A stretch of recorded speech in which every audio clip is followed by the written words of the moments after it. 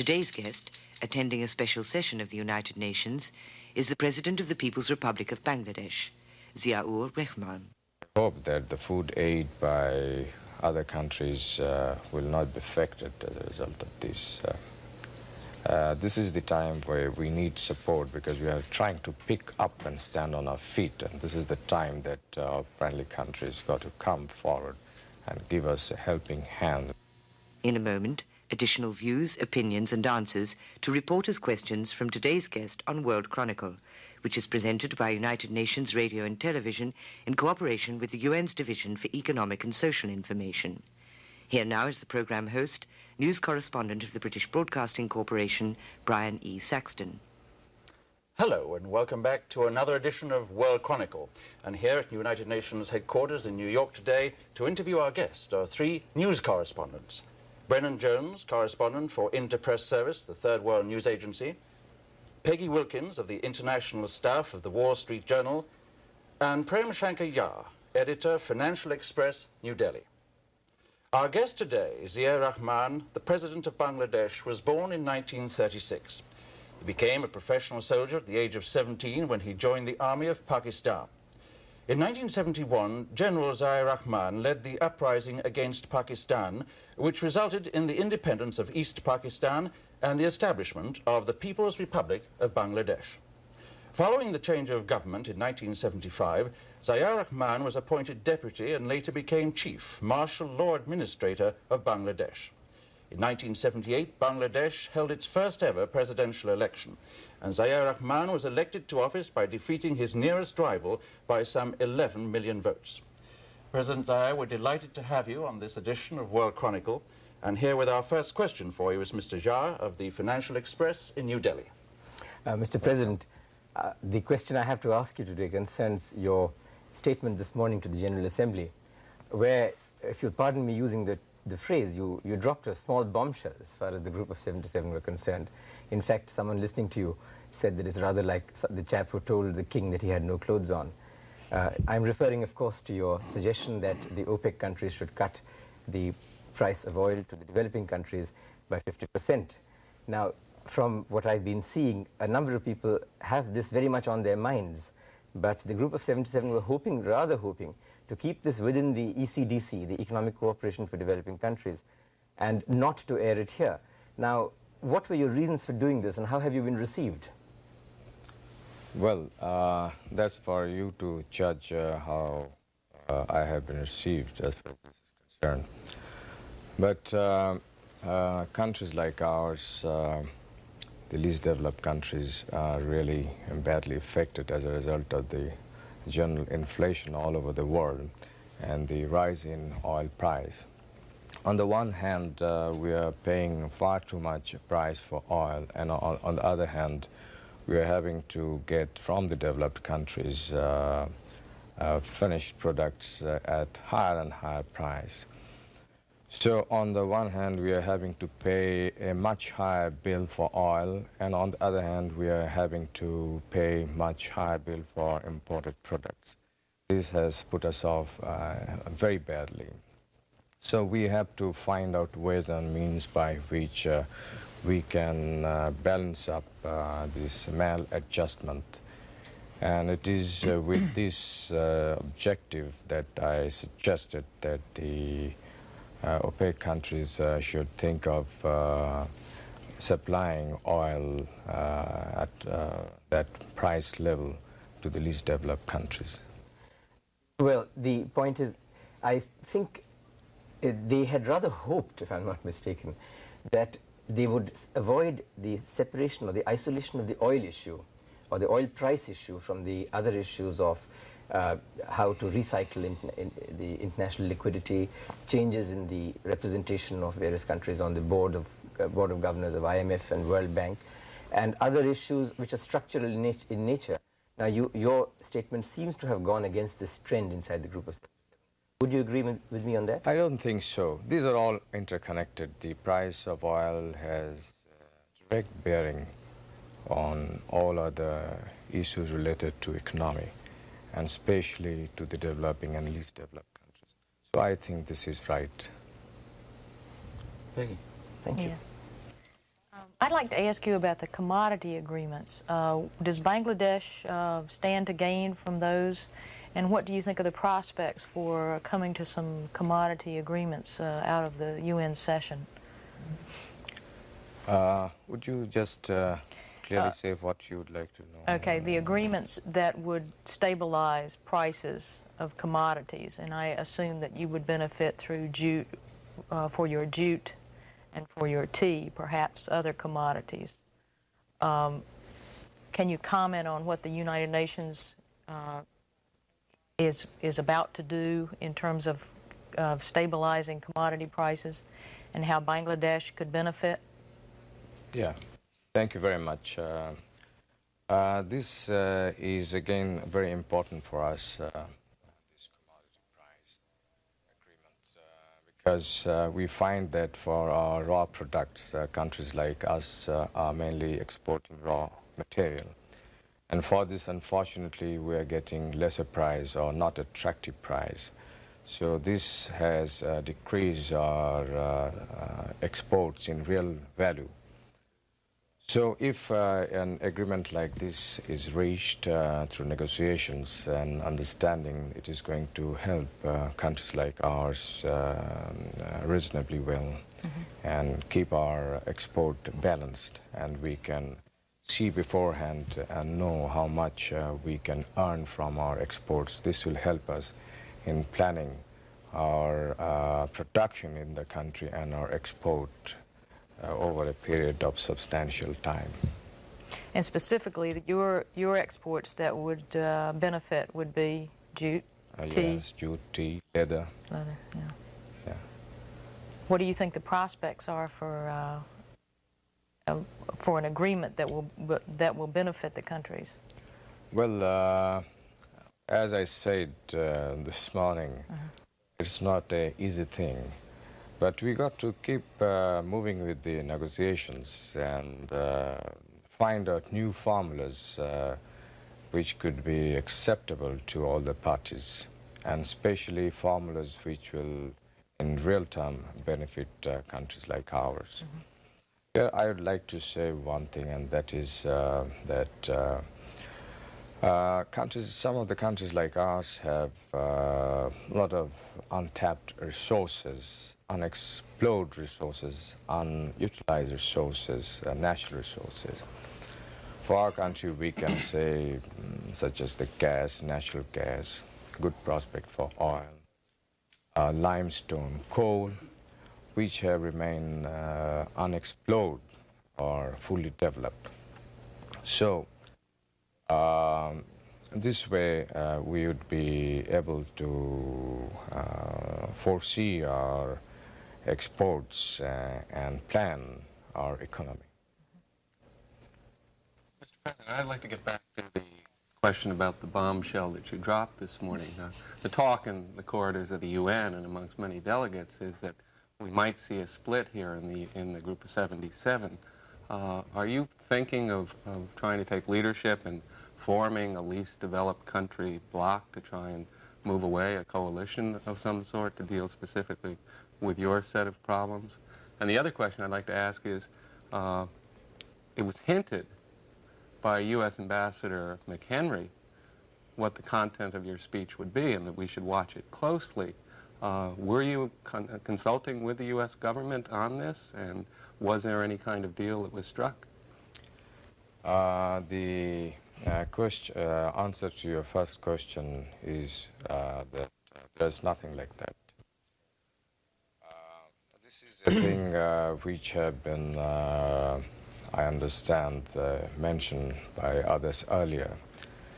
And we felt that it is better to say it here, and I don't think this has any prospect of splitting the group of 77. And let me tell you, we had no talks with anybody on this count. If anybody said, must have said on their own. But then how did Ambassador McHenry say with great confidence? He said, I don't want to steal the thunder of President Zia, who will be talking to you a little later, but you should listen to the speech being given by the President of Bangladesh and what he has to say about the energy question and the price of oil. I'm just quoting him. Well, I think you should ask him to answer this question. He must have good and not intelligence. me. I'd like to refer to a very interesting magazine article recently, sir, which described you as being the super salesman from Dhaka, taking the message around the world that Bangladesh has a stable government and is emerging as an attractive trading partner for both East and West. Did you see that? And if you didn't, how would you react to that? Well, I don't know, but during the last 1 or 2 years, I have undertaken trips to really many countries, both in the East and the West. The object, one should have understood that we were colonized for a long period, as a result of which we remain undeveloped, whereas we have tremendous resources. Firstly, the land is so fertile, and in agriculture, our return is so low. As I said a few minutes ago, we have several others, very valuable natural resources which have remained undeveloped, unexplored. For this, we got to talk to people who have the money, who have the technical know-how. And apart from this, being a new country, I had decided to visit as many countries as possible.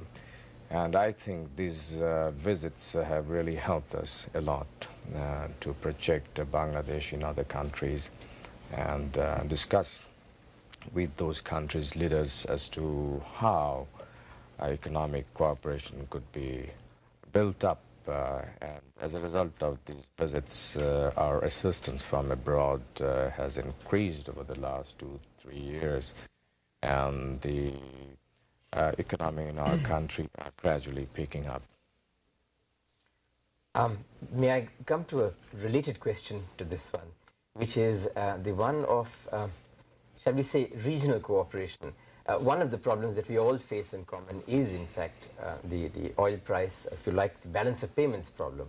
And it seems to me that the best thing what we possibly do is try and, the countries most affected, least developed, most seriously affected, doesn't really matter which, that we should try and buy as much from each other and possibly try for better terms. Now, for instance, all the 4 countries of the subcontinent have an interest in tea, in jute, in leather, and textiles to a large extent. And at the same time, at least one of the countries, which is India, is producing many of the products that you would need, for example, cement or textile machinery, at very, very much lower than world prices. Now, what is anything being done? Are you thinking of something towards regional cooperation, or is it all snagged up on big issues like the Farakka barrage and things like that? You see, you are aware that a few months ago, Bangladesh proposed a forum on the basis of South Asian countries. And this has been well received by the various countries of South Asia region. And the object is that through this forum, we could do many things which will benefit the region as a whole. And under that forum, trade, commerce, and other bilateral relations, regional matters could be discussed, as in case of other regional forums. I'd like to pursue a question on the issue of food aid, which is certainly an issue in the United States where this can be seen. There's an awful lot of solid documentation that has come up that perhaps too much food aid is going into Bangladesh, that recently the British government curtailed government-to-government aid because of what they saw as some of the abuses there, that the rationing program tends to go to the urban population and to civil service workers, and that it's had a negative effect on agricultural production because of it's a disincentive to the producer. How do you respond to those criticisms, and what really is being done? Right. Let me tell you that up to 1950, our country then, East Pakistan, was self-sufficient in food. And thereafter, till recently, the agriculture sector, not much was done. As a result, with the growth of the population, the requirement of the food went up, but the food production remained low. Now, we have rationing system in our country which is coming over since a long period. Now, the object of our government is to gradually get rid of this rationing system, which is mainly concentrated in the urban areas, but we are trying to sort of distribute more and more in the rural areas. And lately we have started open market operation, whereby at a certain price we sell out in the markets rice and wheat to keep the market price steady. At the same time, we have undertaken special measures to procure a lot of food grains, and right now we have 1.2 million roughly food stock with the government. We are giving a lot of encouragement to the farmers by price support, and in future we are going to do a lot more. The object is ourselves to become self-sufficient in food so that we don't have to get really food from abroad. It's not a good thing. But realistically, you are going to need additional food aid for the next several years. And what is the impact of the British government curtailment? I'm coming to that point. Let me tell you that we shall be self-sufficient in food earlier than anybody thinks, and we have taken certain measures on that count, and we are beginning to get the results. As far as... When do you expect food self-sufficiency? I think in the next 2-3 years' time, or maybe a little more, maybe a little less, because we have launched a sort of special program on this count, and we have got very good results, and the next 1 year will give very solid indication about it. Our objective is not to become self-sufficient alone, but we are going for doubling food production in the next 5-6 years' time from now.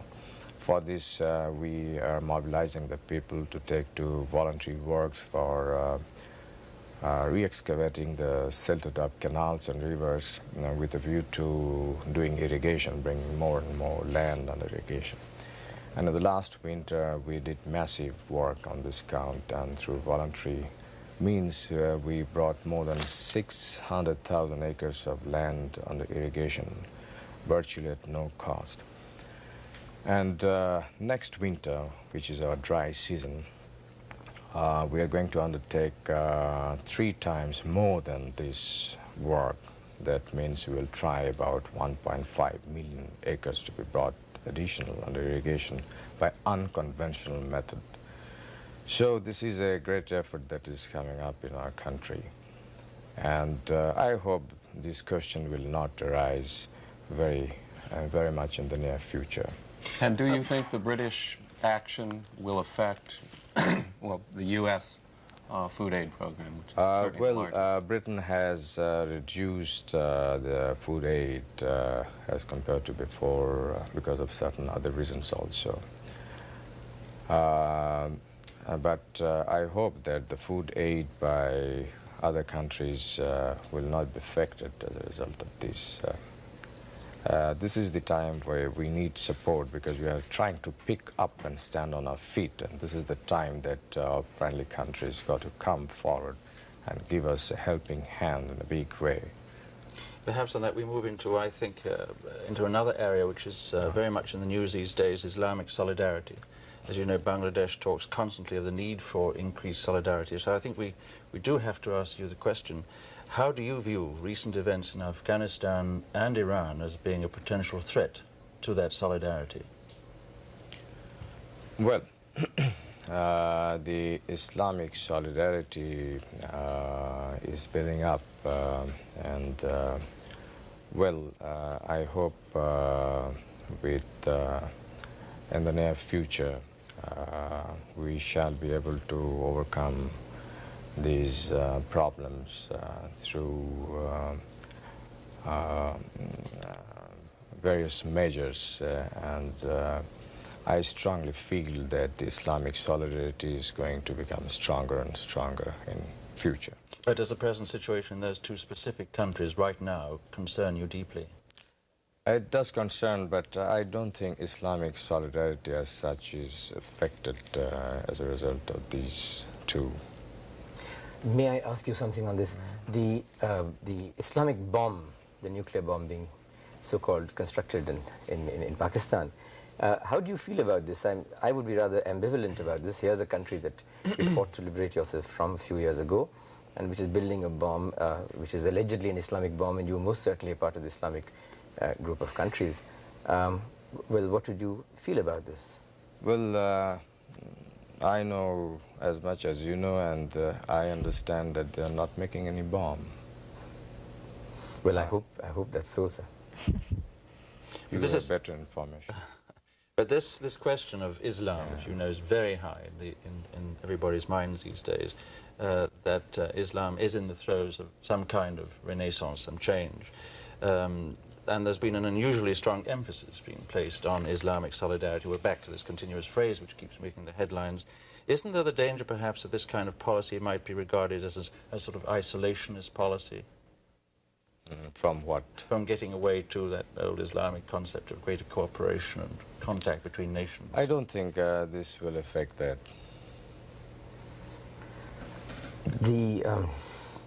I wonder if... no, please, after. Are you sit on the same line? If we have in our few minutes left, I'd love to pursue this because it is a terribly interesting Well, I wanted to ask you about a little more about Afghanistan and your reaction to the problem there, and how you feel, what can be done, I mean, what would you like to see? Well, I think our position on Afghanistan is quite clear, and we feel that the foreign troops from Afghanistan should be withdrawn, and the people of Afghanistan should be left on their own to choose their system, political, economic, and government system. Well, I think the obvious other question is Iran. I think your foreign minister in Islamabad in July did say that he thought the situation in Iran was a threat to regional security. And I think there was the idea of setting up a contact group to help solve that problem. What has been the latest news on that? Well, I precisely don't know, but I think they are making all efforts to work out some understanding with the present Afghan people or government. I don't understand. I don't have the exact information, but they are approaching in various ways to realize their objective. My question gets back to what the UN is doing here in the special session. I think most people have the assessment that not much is going to come out of it, which leaves Pakistan, or Bangladesh, very much in a situation like a lot of developing countries. Insufficient assistance from the North, or concessions by the North, and probably not much from OPEC. What does a country like yours do then, given the inflation rate, given the world economic crisis? And if you could also follow that up on what do you tell the world in terms of the things you are doing to meet your own energy needs within Bangladesh? Good, I think that's a very good question. It's a very difficult problem, let me tell you. But this should not dishearten us. There should be less of pessimism and more of optimism, and we should move forward and negotiate, carry on with the dialogue, talk, and find out formulas which could bring better results in this. As far as we are concerned, we are not sitting idle. We are developing our natural gas, and we have sufficient natural gas. I think in the near future we are going to sort of bring gas under more utilization. We may sell natural gas as LNG and use natural gas as CNG and things like that. And we are now exploring ourselves for oil. There's very strong indication that we have oil. And we hope in the near future we may have oil, we may get oil in our country. Then we have a huge reserve of coal in the northern areas of our country, and we're going to sort of exploit this coal mine. And we're working also on other form of energies to meet our present requirement and also the future requirement. But as time is passing, our own energy requirement is also increasing. So coming around that we got to do something so that the least developed countries do not come under so heavy pressure as a result of the increase in the price of oil. Because we really don't have the means to buy oil at such high rates, yet we need oil for our development. Is the oil deposits that you have indications of, are they anywhere near this line of demarcation of the continental shelf with India? Because there are some people, perhaps not well-wishers of either India or Bangladesh, who would like to see a kind of dispute coming up on this. I find your questions are one track, however. You see, we are looking for oil on the land. And we have brought now our own rigs, and in a few months' time we would be drilling for oil on the land. Mr. President, I'm afraid that's all the time we have today, which is a great pity. The clock always beats us. President Ziaur, we have to close the show, but we want to thank you for being with us today to answer our questions on this edition of World Chronicle.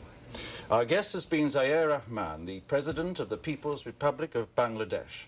President Rahman, here to attend a special session of the United Nations General Assembly, was interviewed here at UN headquarters in New York by Brennan Jones, correspondent for Interpress Service, the Third World News Agency, Peggy Wilkins of the International Staff of the Wall Street Journal, and Prem Shankar Jha, editor of the Financial Express of New Delhi. And I'm Brian Saxton, thanking you for being with us and hoping you'll join us again for the next edition of World Chronicle.